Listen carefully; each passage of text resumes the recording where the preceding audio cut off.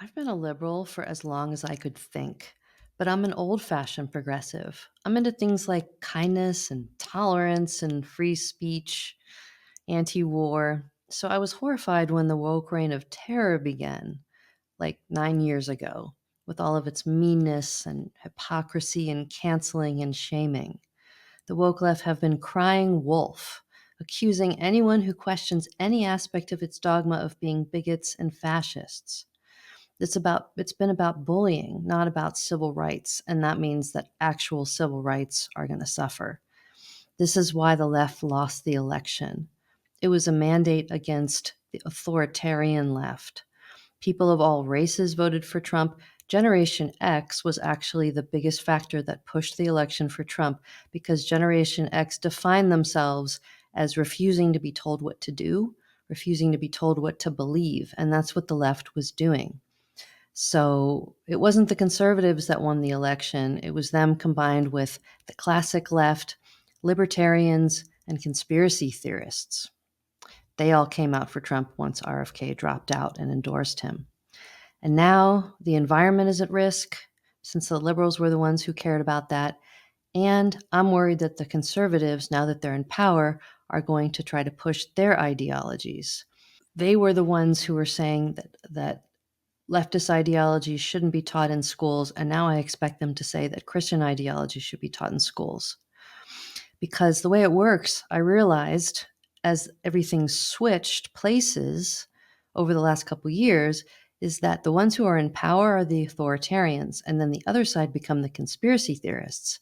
And now I expect to see it shift, and the right wing will become the authoritarians, and they'll start canceling people for talking about feminism. It's already happening because feminism is dead.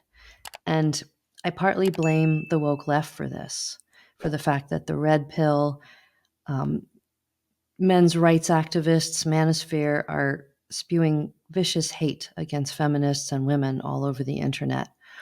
But the woke left, they created this situation with all of their bullying. And anyway, they were never feminists. They were Marxists. They never actually talked about real feminism. The only women's issue they actually talked about was abortion.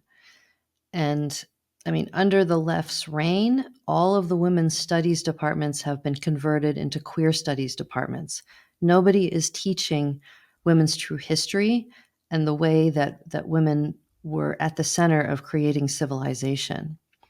So I knew when I saw all this happening with the woke reign of terror that there would be no chance that anybody would ever want to read the book that I've been working on for 30 years, which is Before War on Marriage, Hierarchy, and Our Matriarchal Origins, which is about the origins of dominator culture, which is an ideology, a belief system, an institution that harms both men and women and that's perpetuated by both men and women, also known as patriarchy. But patriarchy has become a dirty word because the left has been using it as a club, like young women using it to accuse their boyfriends of things. Nobody actually has been talking about what patriarchy is and how it came to be and what was happening before and how we can heal from it. It's just been used as a buzzword, which most people can't even define. So now the word is totally played out. It's been used to cry wolf, and it's been completely demonized to the point where no one wants to hear about it, which is a total bummer for me, not only because I'll probably never get my money back for what it costs to publish this book, but also because the message of this book and of this story is so important for healing the world, which is on the brink of nuclear destruction and environmental destruction, and for healing ourselves from the aspects of this ideology which impact us and keep us small and keep us suffering. But this story is also about the origins of civilization, and it's about the true nature of our species and our true history, and about the origins of Eurasian people.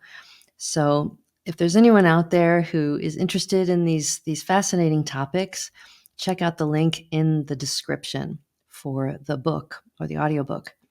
But also, I just want to say that as the pendulum swings back to conservative values, um, speak out, but in a calm way.